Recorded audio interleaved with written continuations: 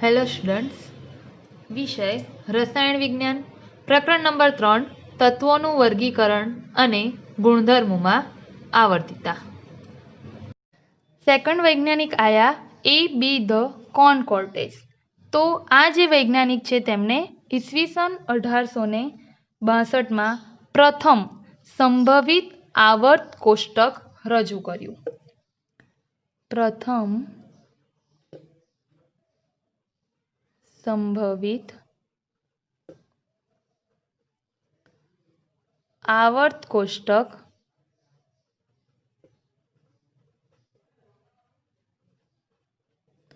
રજૂ કર્યું. તેમણે જે જાણીતા તત્વો હતા એ જાણીતા તત્વો છે તેમને પરમાણ્વીય દળના ચડતા ક્રમમાં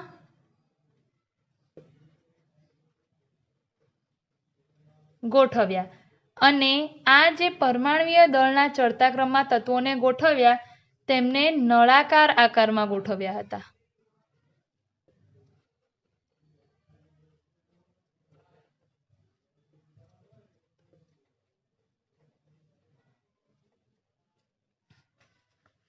તેમજ આ જે વૈજ્ઞાનિક છે આ વૈજ્ઞાનિકોએ પરમાણ્વીય દળ જે છે એના ચડતા ક્રમમાં ગોઠવીને એક બાબત એ શોધી નાખી કે એક તત્વ પછી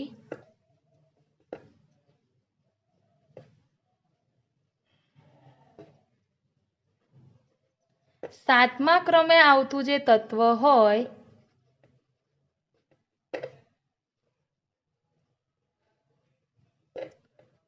તેમના ગુણધર્મો પુનરાવર્તિત થાય છે.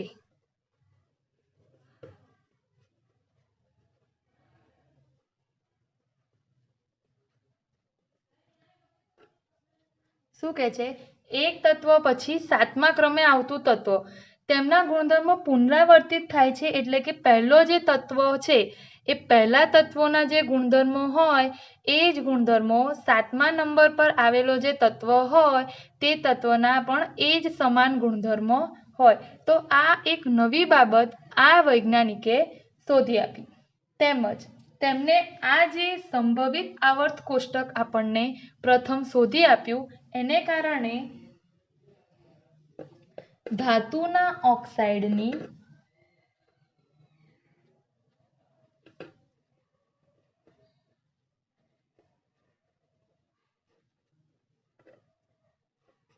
તત્વયોગ મિતિની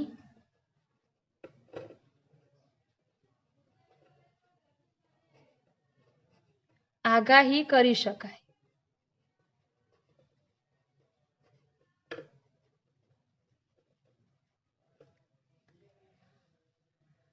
એટલે એમને જે પ્રથમ સંભવિત આવર્ત કોષ્ટક આપ્યું એને કારણે જે ધાતુના ઓક્સાઇડ છે તેની આપણે તત્વયોગ મિતિની આગાહી કરી શક્યા.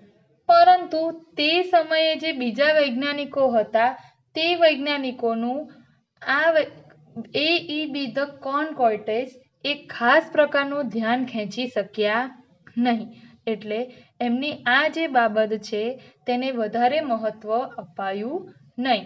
તેથી એના પછી એક વૈજ્ઞાનિક આયા જે છે જ્હોન ન્યુલેન્ડ, અને તેમનો જે ન્યુલેન્ડના અષ્ટકના નિયમ તરીકે ઓળખવામાં આવે છે. તો કોનકોર્ટેસ પછીના ઇતિહાસના વૈજ્ઞાનિક જ્હોન ન્યુલેન્ડ.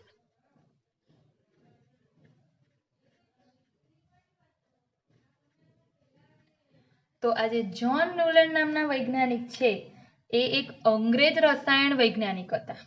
હવે આ અંગ્રેજ રસાયણ વૈજ્ઞાનિક હતા અને તેમને ઈસવીસન 1863માં સંશોધન પત્ર રજૂ કર્યું હતું.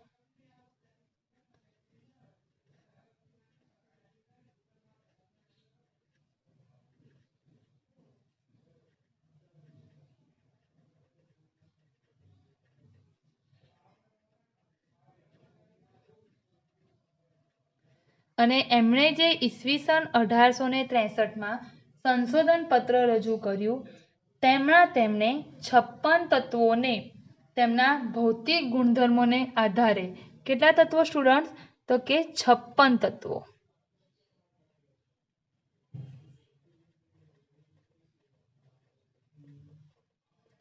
ભૌતિક ગુણધર્મોને આધારે ગોઠવ્યા.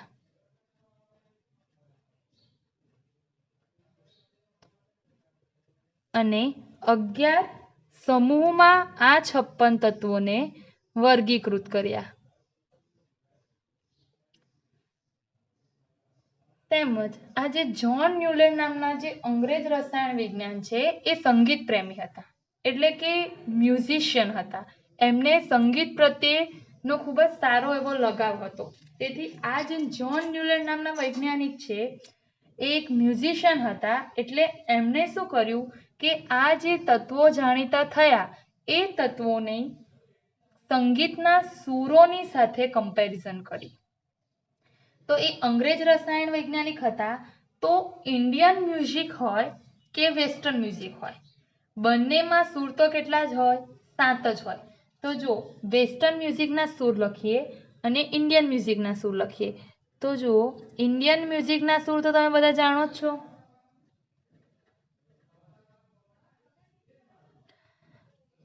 તો ઇન્ડિયન મ્યુઝિકના સૂર છે સા, રે, ગ, મ, પ, ધ, ની.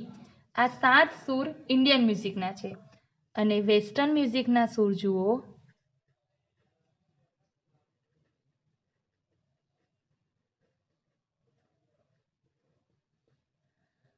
તો ડો, રે, મી, ફા, સો, લા, ટી. તો ઇન્ડિયન મ્યુઝિકના 7 સૂર છે અને વેસ્ટર્ન મ્યુઝિકના 7 સૂર છે. તો આ જે જ્હોન ન્યુલેન્ડ હતા એ મ્યુઝિશિયન એ મ્યુઝિકના ખૂબ જ પ્રેમી, એટલે એમણે તત્વોનું વર્ગીકરણ ડાયરેક્ટ જ વેસ્ટર્ન મ્યુઝિક સાથે કમ્પેર કરી દીધું. અને એના વેસ્ટર્ન મ્યુઝિકના 7 સૂરો સાથે ડો, રે, મી, ફા, સો, લા, ટી. એની સાથે એમણે અષ્ટકનો નિયમ આપ્યો. અષ્ટકનો નિયમ એમણે શું આપ્યો તો પહેલા એ જોઈએ.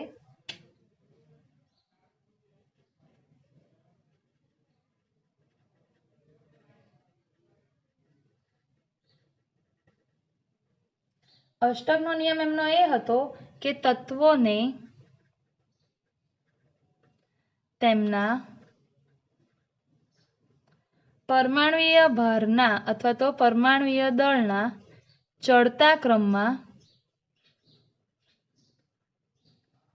ગોઠવતા કોઈ પણ તત્વ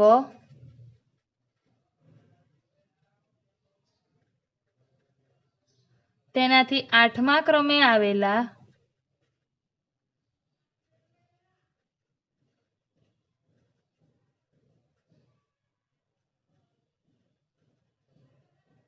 તત્વને સમાન વર્તણૂક દર્શાવે છે.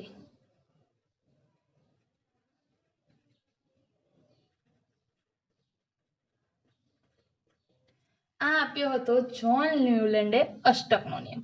જેવી રીતે કોનકોર્ટીસે શું કીધું કે 7મા તત્વે ગુણધર્મો સમાન હોય, એ જ રીતે જ્હોન ન્યુલેન્ડે એ જ બાબતો વિચારી અને જે રીતે આપણે સંગીતના સૂર સા, રે, ગ, મ, પ, ધ, પછી આપણે ફરીથી સા, બરાબર છે, એ રીતે કરીએ છીએ. તો એ જ રીતે જ્હોન ન્યુલેન્ડે બી શું કરી દીધું? અષ્ટકનો નિયમ આપ્યો કે તત્વો જે છે તેને તેના પરમાણુય દળના ચડતા ક્રમમાં ગોઠવવાના, અને ગોઠવતા કોઈ પણ જે તત્વ હોય એ પહેલા તત્વના જે ગુણધર્મો હોય તે જ સમાન ગુણધર્મો 8મા ક્રમે આવેલા તત્વોના પણ હોય છે. એવો તેમણે અષ્ટકનો નિયમ આપ્યો. હવે જો આપણે એના અષ્ટકના નિયમની સાથે એમણે શું કર્યું હતું તો એમને જ્હોન ન્યુલેન્ડ જે હતા તેમણે 56 તત્વોને આ રીતે ગોઠવ્યા હતા. અને આ જે 56 તત્વો છે તેમણે 11 સમૂહમાં ગોઠવ્યા હતા. હવે અહીંયા જુઓ સ્ટુડન્ટ, એમને જે તત્વોને ગોઠવ્યા એ પ્રમાણે આપણે જોઈએ તો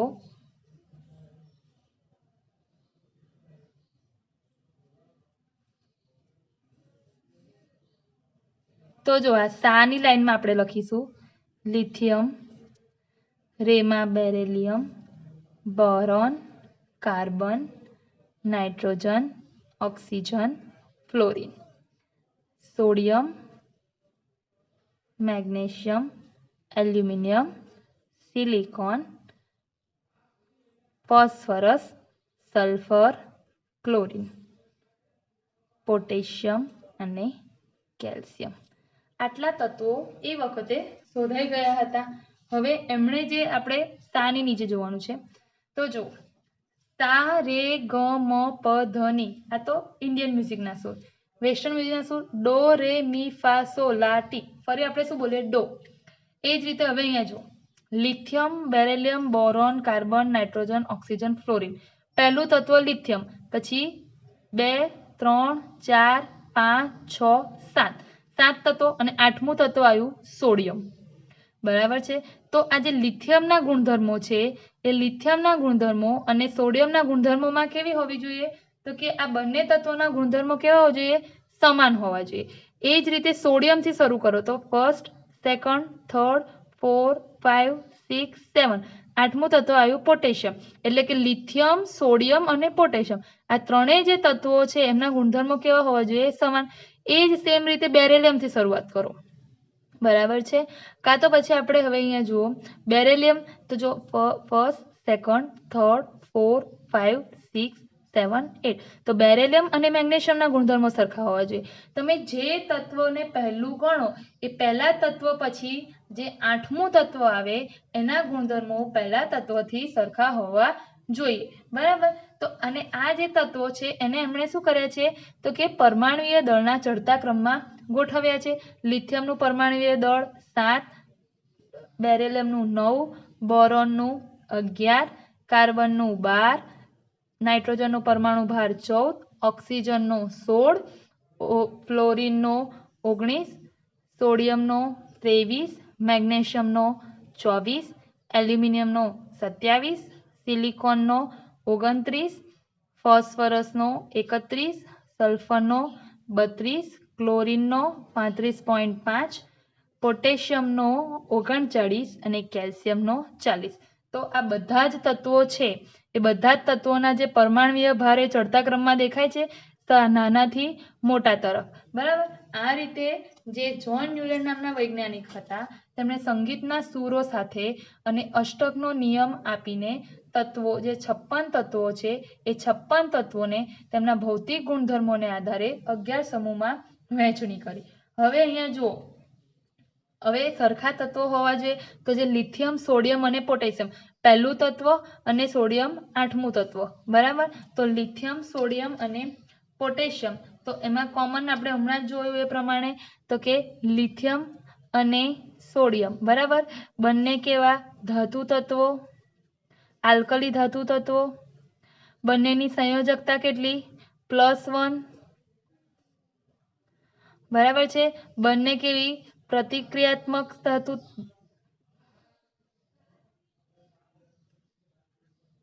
બંને ધાતુ તત્વો નરમ.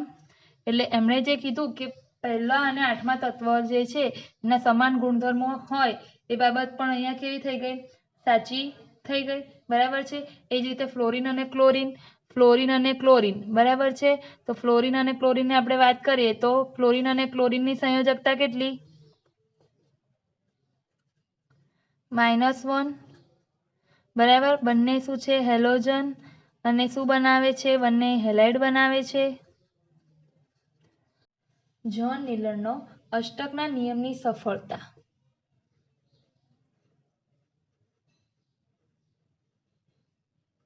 તો જ્હોન ન્યુલેનના અષ્ટકના નિયમની જે સફળતા છે એ ફક્ત ને ફક્ત હલકા તત્વો માટે જ લાગુ પડે છે.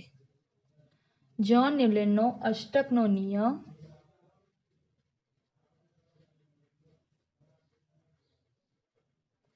હલકા તત્વો માટે જ લાગુ પડે છે.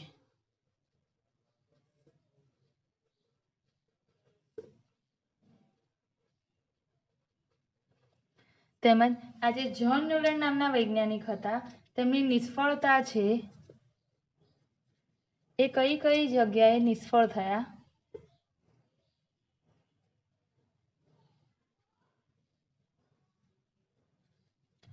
તો જ્હોન ન્યુલેન્ડ નામના જે વૈજ્ઞાનિક છે એમણે અષ્ટકનો નિયમ તો આપી દીધો, પણ એ સમયે એ નિષ્ક્રિય વાયુઓ એટલે કે જે આદર્શ વાયુઓ છે, હિલિયમ, નિયોન, આર્ગોન,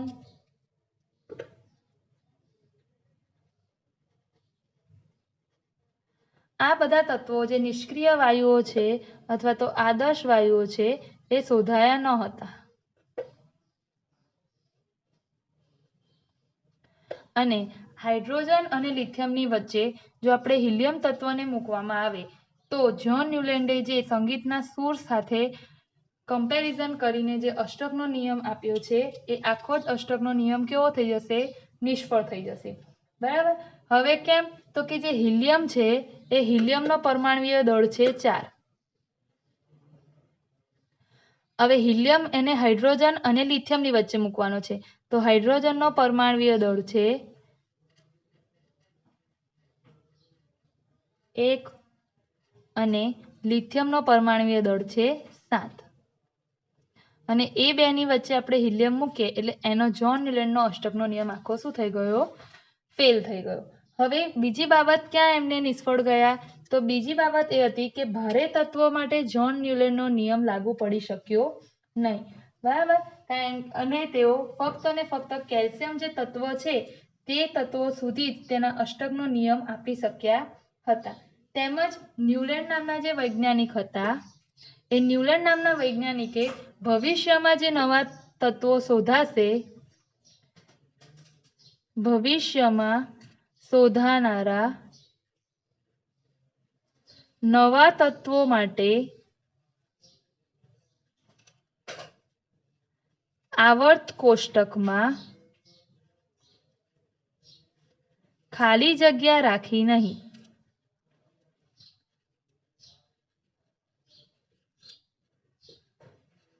એટલે એક આ બાબતને કારણે જ્હોન ન્યુલેન્ડનો અષ્ટકનો જે નિયમ છે એ નિષ્ફળ રહ્યો હતો.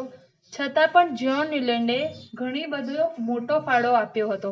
એના કારણે જ્હોન ન્યુલેન્ડ જે છે તેમને રોયલ સોસાયટી ઓફ લંડન દ્વારા ડેવી ચંદ્રક એનાયત કરવામાં આવ્યો હતો. તો સ્ટુડન્ટ્સ, ન્યુલેન્ડે આપેલો જે અષ્ટકનો નિયમ છે એના પછી કોમ્પિટિશન વધી ગઈ. તત્વોના પરમાણ્વીય દળ ઉપર ઘણા બધા વૈજ્ઞાનિકોએ વાત કરી ચૂક્યા છે. એવું સમજણમાં એના ઉપરથી આવી ગયું કે પરમાણ્વીય દળના એટલે કે પરમાણ્વીય ભારના ચડતા ક્રમમાં જો આપણે તત્વોને ગોઠવીએ તો તત્વોના કેટલાક ગુણધર્મો એ પુનરાવર્તિત તે સમયે થઈ રહ્યા હતા. ન્યુલેન્ડ પછી આવ્યા સ્ટુડન્ટ્સ સૌથી મોટા અને પ્રસિદ્ધ વૈજ્ઞાનિક દમિત્રી મેન્ડેલીફ, જે રશિયાના હતા.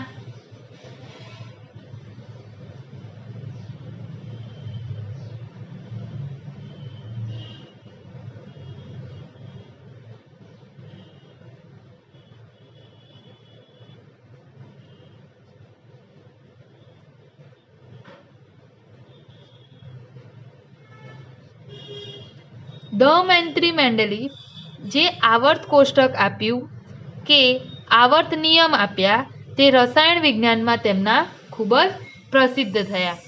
મેન્ડેલીફ જે સમયે તત્વોનું વર્ગીકરણ કરી રહ્યા હતા તે જ સમયે બીજા એક જર્મન વૈજ્ઞાનિક લોથર મેયર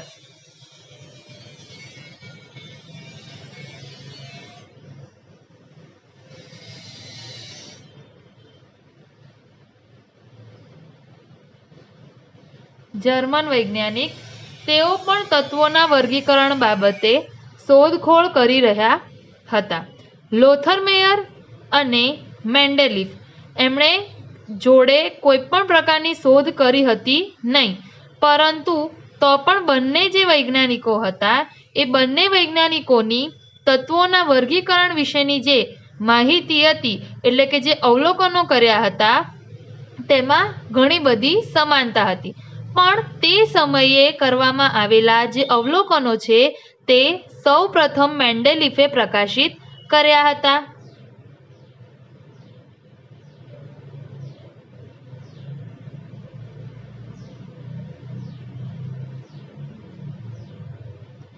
અને તેના કારણે જ આજે મેન્ડેલીફ એ સૌથી વધારે ફેમસ છે. તો હવે આપણે જોઈએ કે લોથરમેયર અને મેન્ડેલીફે કઈ રીતે તત્વોનું વર્ગીકરણ કર્યું હતું. એમાં આપણે સૌથી પહેલા જોઈએ લોથરમેયર વિશે.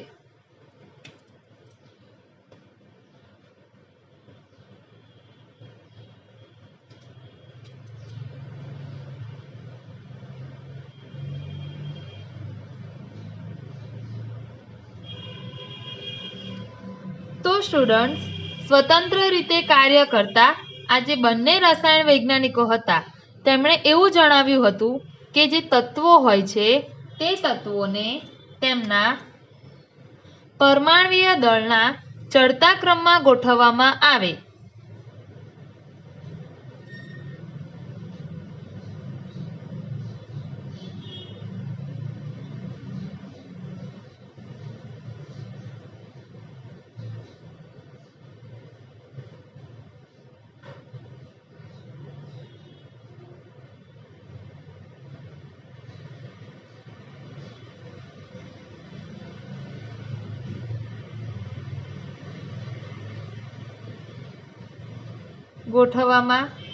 આવે તો નિયમિત અંતરાલના અંતે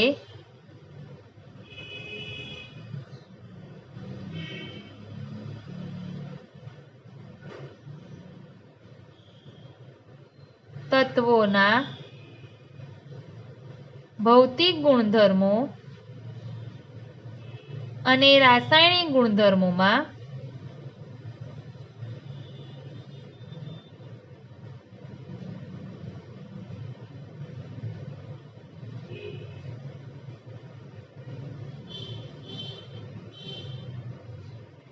સમાનતા જોવા મળે છે.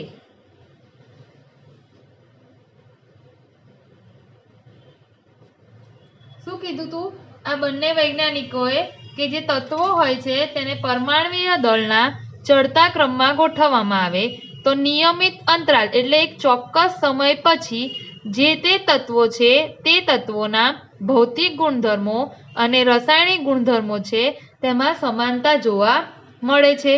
હવે જે લોથરમેયર છે તેમણે શું કર્યું તો કે લોથરમેયરે ભૌતિક ગુણધર્મો જેવા કે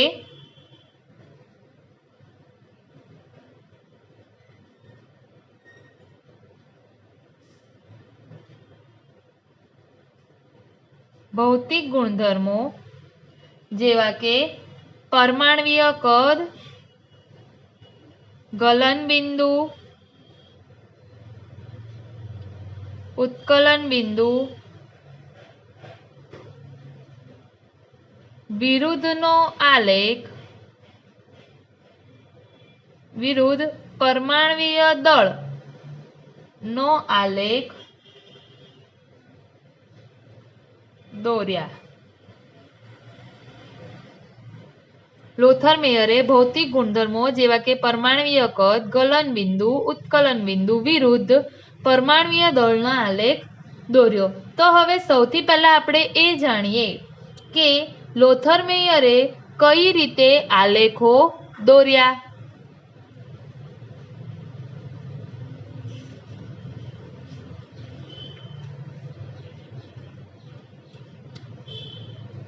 તો જુઓ, આપણે એક આલેખ જોઈએ કે જે પરમાણ્વીય કદ વિરુદ્ધ પરમાણ્વીય દળનો છે.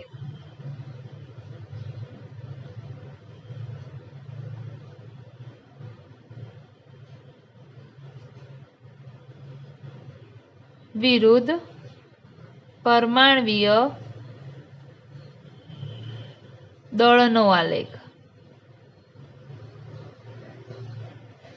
તો અહીંયા જુઓ શું કર્યું. પરમાણ્વીય કદ વિરુદ્ધ પરમાણ્વીય દળનો આલેખ દોરવા માટે જુદા જુદા જે તત્વો હોય છે એ જુદા જુદા તત્વોના પરમાણ્વીય કદનું માપન કર્યું અને તે જ તત્વોના પરમાણ્વીય દળનું માપન કર્યું.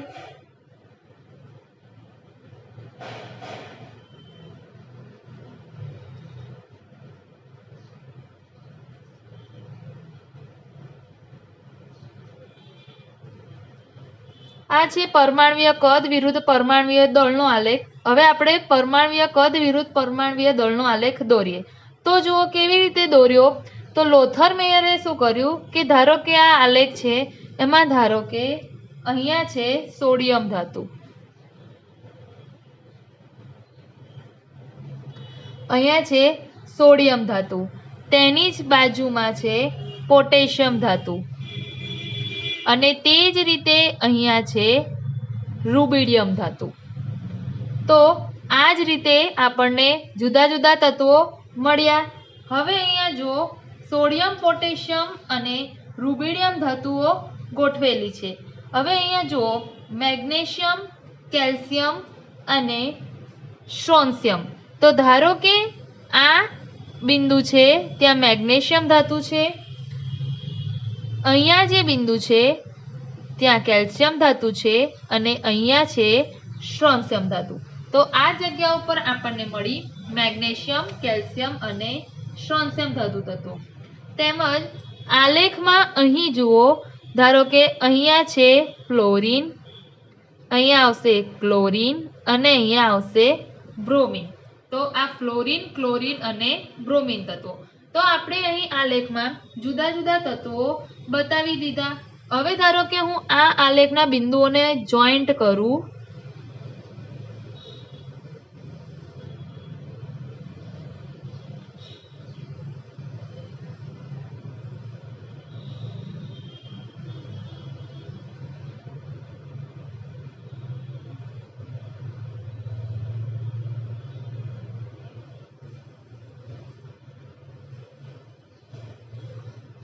આ આલેખના બિંદુઓને આપણે જોઈન્ટ કર્યા. તો હવે અહીંયા જુઓ સ્ટુડન્ટ્સ, આ જે આપણે આલેખના બિંદુઓને જોઈન્ટ કર્યા, તો અહીંયા એક વસ્તુ તમને કોમન દેખાશે કે આ જે આલેખ છે તેનો જે આ વળાંક છે, આ વળાંક ઉપર જ્યાં સોડિયમ, પોટેશિયમ અને રૂબિડિયમ આ 3 ધાતુ તત્વો છે એ હાલના આધુનિક આવર્ત કોષ્ટકમાં સમૂહ 1 ની આલ્કલી ધાતુઓ છે.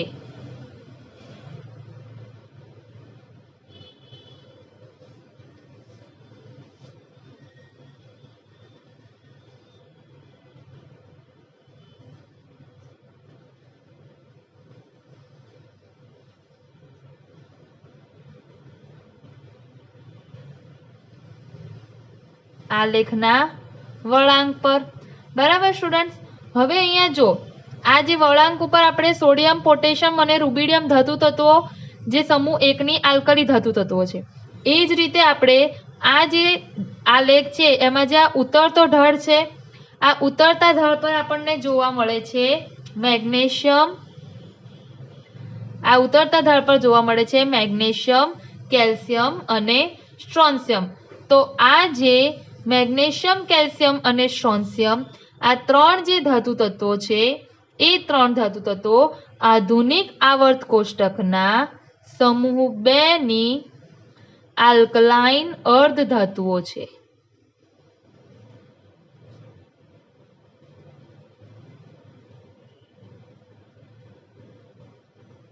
મેગ્નેશિયમ, કેલ્શિયમ અને સ્ટ્રોન્શિયમ ઉતરતા ઢાળ ઉપર,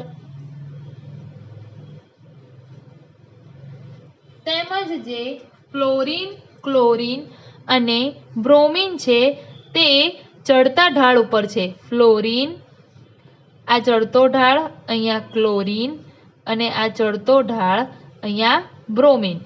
તો એ આધુનિક આવર્ત કોષ્ટકના હેલોજન સમૂહ 17 ના તત્વો છે.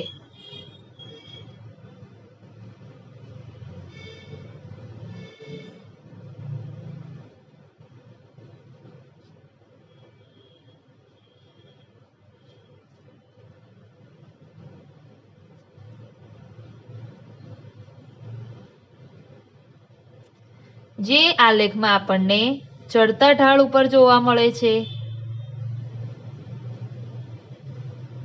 તો સ્ટુડન્ટ આપણે એમ કહી શકીએ કે જે એક જ સમૂહના તત્વો છે એ એક જ સમૂહના તત્વો આપણને સમાન સ્થાને આલેખમાં જોવા મળે છે.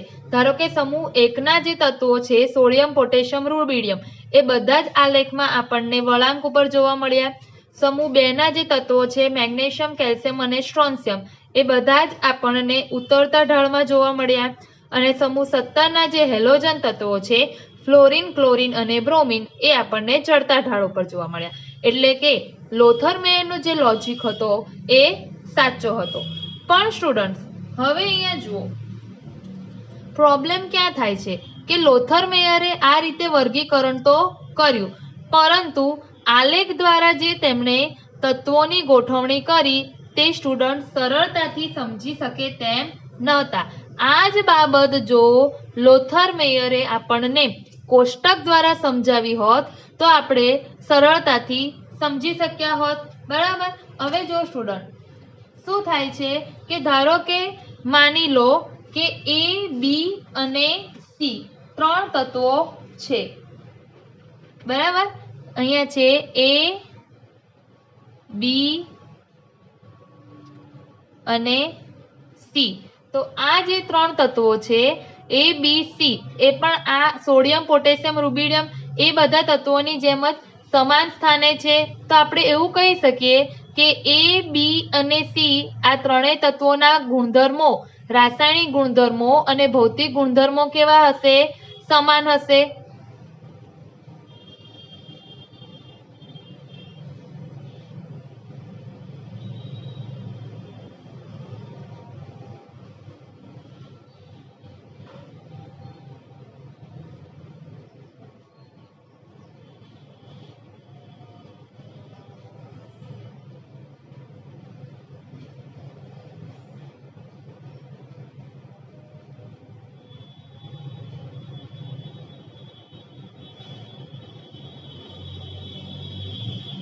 રાસાયણિક ગુણધર્મો અને ભૌતિક ગુણધર્મો કેવા હશે?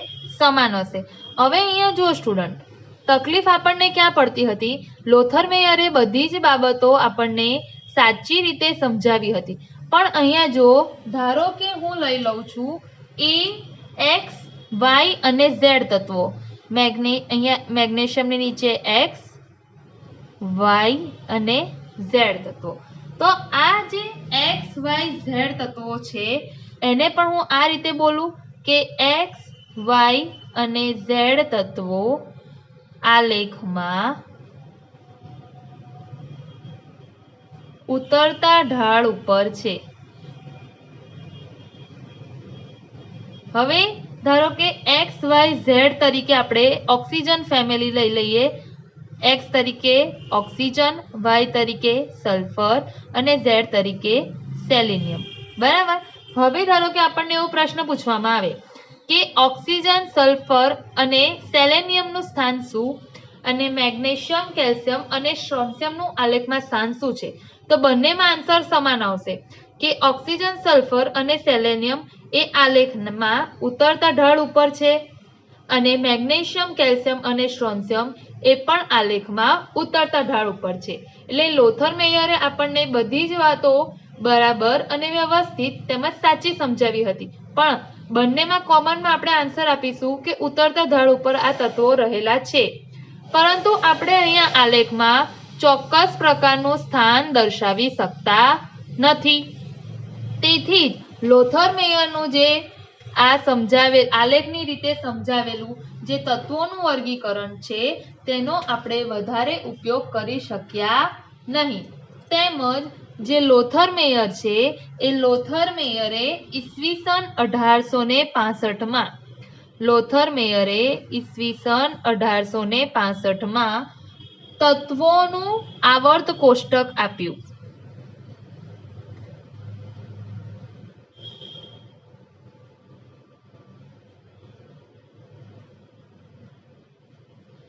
જે આધુનિક આવર્ત કોષ્ટક સાથે સમાનતા ધરાવતું હતું, પણ આ જે કાર્ય છે આ કાર્ય તે મેન્ડેલિફના કાર્ય પહેલા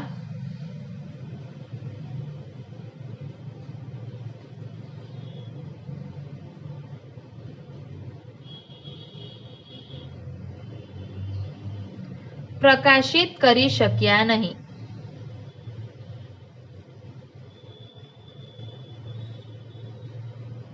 અને તેથી જ સ્ટુડન્ટ્સ આજે લોથરમેયર અને મેન્ડેલિફ બંનેએ સરખો જ નિયમ આપ્યો હતો અને સરખી બાબતોનું જ અવલોકન કર્યું હતું, પરંતુ જે લોથરમેયર છે તેમણે આલેખની રીતે તત્વોનું વર્ગીકરણ કર્યું હતું, જ્યારે જે દમિત્રી મેન્ડેલિફ છે તે આવર્ત કોષ્ટકની રીતે તત્વોનું વર્ગીકરણ કરે છે.